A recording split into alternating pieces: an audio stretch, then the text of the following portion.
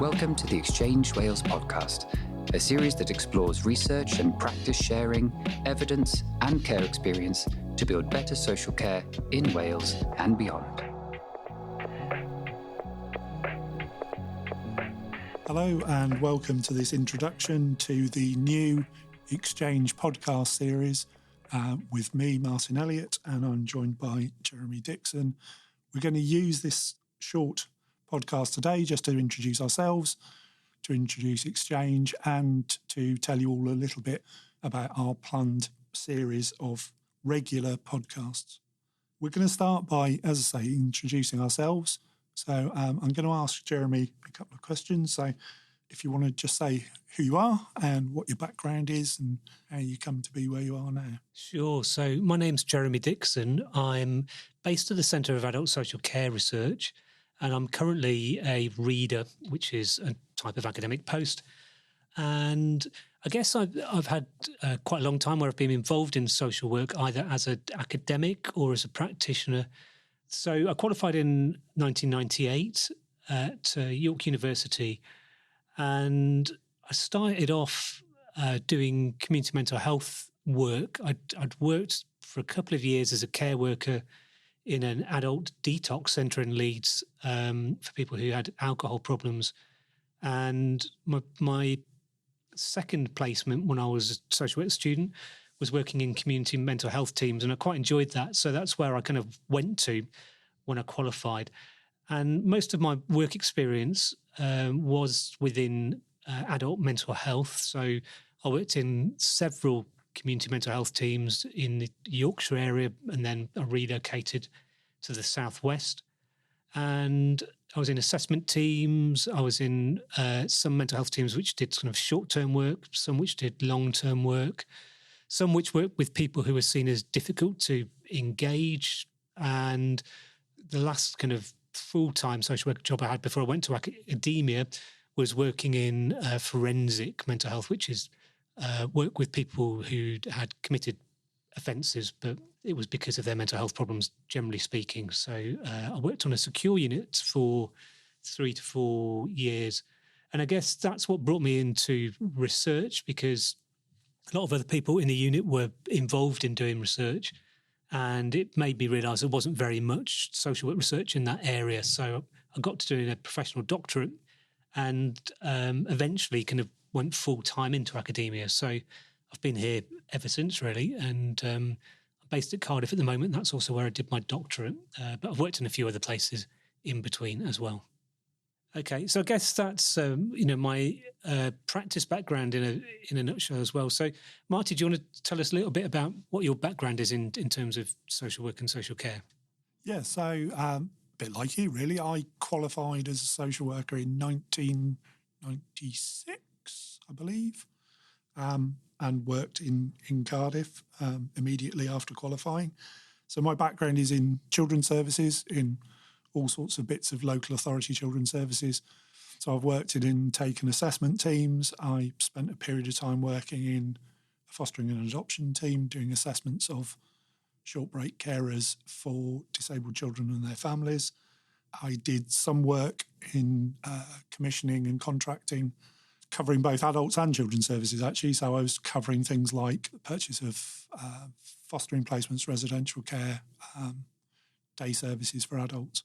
And then latterly, I was a manager in a disabled children's team. And a bit like you, I'd done that for about 16 years, I guess, 16, 17 years. And I'd always wanted to either teach and or do research. And so I decided to do a doctorate and came to Cardiff.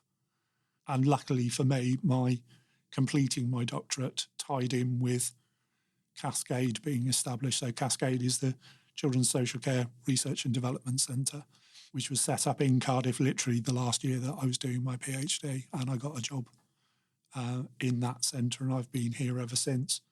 So I've been here 10 years next year.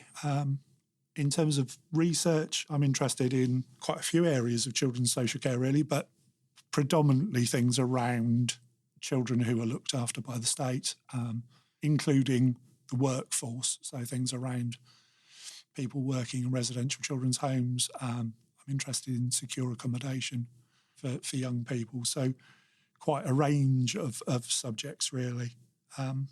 So that's me. Yeah, I mean, that's quite interesting because I suppose I also am quite broad in the things that I've looked at as well. I mean, coming from a mental health background, I've been interested in the forensic mental health system. So that's how I kind of started off. But I was also involved in doing mental health act assessments as part of my job. That's where people are assessed under the Mental Health Act.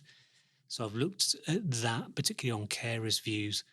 And then I've also become interested in adult safeguarding because I've been interested in the way that people think about risk and end-of-life care as well. And it's a good opportunity for us as people who are researchers, I guess, isn't it? Because in this podcast, we'll get to meet people from a whole different range of backgrounds and research interests who are going to be talking about research that they're doing, or in some cases, practice-based research as well. Yeah, and I mean, for me, coming from practice into research, one of the things that I'm really keen on is that shortening the distance between people doing practice, people with lived experience, and researchers. I think historically there's always been this idea that people who do research are sort of people who work in ivory towers that don't really have any experience of what it's like to do the job in the real world.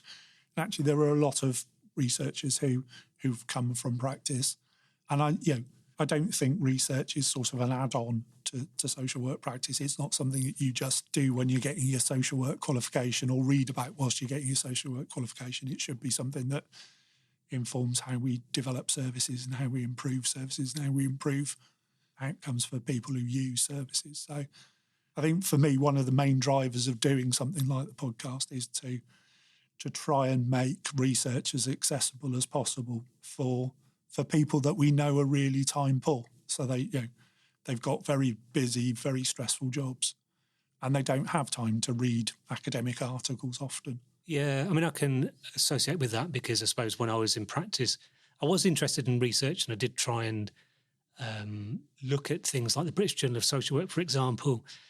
But time is one issue. But also, I think sometimes academic writing can be quite dense and not very inviting, really. So hopefully in this series, we'll get to talk to people and ask them to explain some of those things and explore what some of the key points are, but also try and put it into plain English so that practitioners can get a good sense of what the research is about and how it might inform what they're doing, now and in the future. I mean, one thing it might just be useful for us to tell the listeners about in this short introduction is what ExChange is. So I guess people will have seen, as they've clicked the link for this podcast, that it's hosted by an organisation called ExChange, rather. So do you want to just say who they are? Yeah, sure. So ExChange is a programme that's been established for quite a few years now, which is funded through Health and Care Research Wales, which is the sort of funding arm for health and social care research from Welsh Government. And we're very lucky that we get the funding to run this by them. So ExChange as a programme is about bringing together practitioners, people who are doing research and people with lived experience in ways that enable conversations about practice and outcomes and experiences and how we can improve those. The end thing is how do we make stuff better and how do we use evidence and research and all sorts of forms of evidence. So not just academic research, but lived experience and practitioner wisdom and a whole range of other stuff. And so ExChange covers the whole of Wales. It covers both adults and children's social care. And what we do is that we run a programme of activities every year. So we do several conference series each year. So a conference series will be around a particular theme. So it could be, say, about domestic abuse, or it could be about contextual safeguarding, or a whole range of things. And what we do is we put on a range of webinars, get people to do blogs. We do occasionally do podcasts. And we do those over a period of weeks, and we make them accessible to practitioners, to researchers. So it's a way of having a sort of a dialogue. It's not about just an academic researcher doing a presentation about their research. It's about a two-way discussion about, well, I've done this and what do you think of that, and what's the implications of what I've found for practice where you are, or what's the implications of what we found for your lived experience of being a user of social care. So we run those conference series, which are a main sort of staple of the ExChange programme, but then we also do what we call spotlight events, so they can be one-off. If we find out about somebody who's done a piece of work which is perhaps particularly topical or doesn't really fit into a programme that we've got planned, but we think it's important that practitioners and others hear about it, then we'll do one-off webinars. We also do an annual adoption lecture, which we've done for quite a few years now, which is we get in a speaker to talk about an aspect of how we're looking to improve adoption and adoption support. So we do that annually. And so this podcast is going to fit into that sort of suite of resources, I guess. We have the website. All of the recordings of things like the webinars and things are on there. So it's built up over a number of years into quite a library of accessible resources for people that they can dip into as and when they want to or need to, as I say, to try and improve outcomes and services for people in Wales. We have a Welsh focus, but we get speakers from all around the world. Before the pandemic, a lot of what we did was face-to-face. Like lots of things, we've now pretty much migrated everything onto online, which means we're able to get audiences and speakers from all around the world. We did a session a few weeks ago where we were joined by speakers from America who joined us in the early hours of their day in the States, where they could come along and we could ask them questions online. So I think for Wales, it's a really exciting and importantly free, accessible resource for anybody who's got an interest in social care. And I guess the point of the podcast series that we're starting now is to try and build up a bigger library of quick podcasts that people could listen to who are time pressed, as we were talking about earlier on. So we have done podcasts in the past, haven't we? And there has been ones that you can see online if you're interested. But I think they've been occasional up until now. So the goal going forward is to try and make them more regular. And I think the other thing we've been talking about is to try and to alternate them so that they're focused on adults one week, broadly speaking, and children and families a different week. But I guess there may be some instances where you've got a topic which applies to both groups of people as well.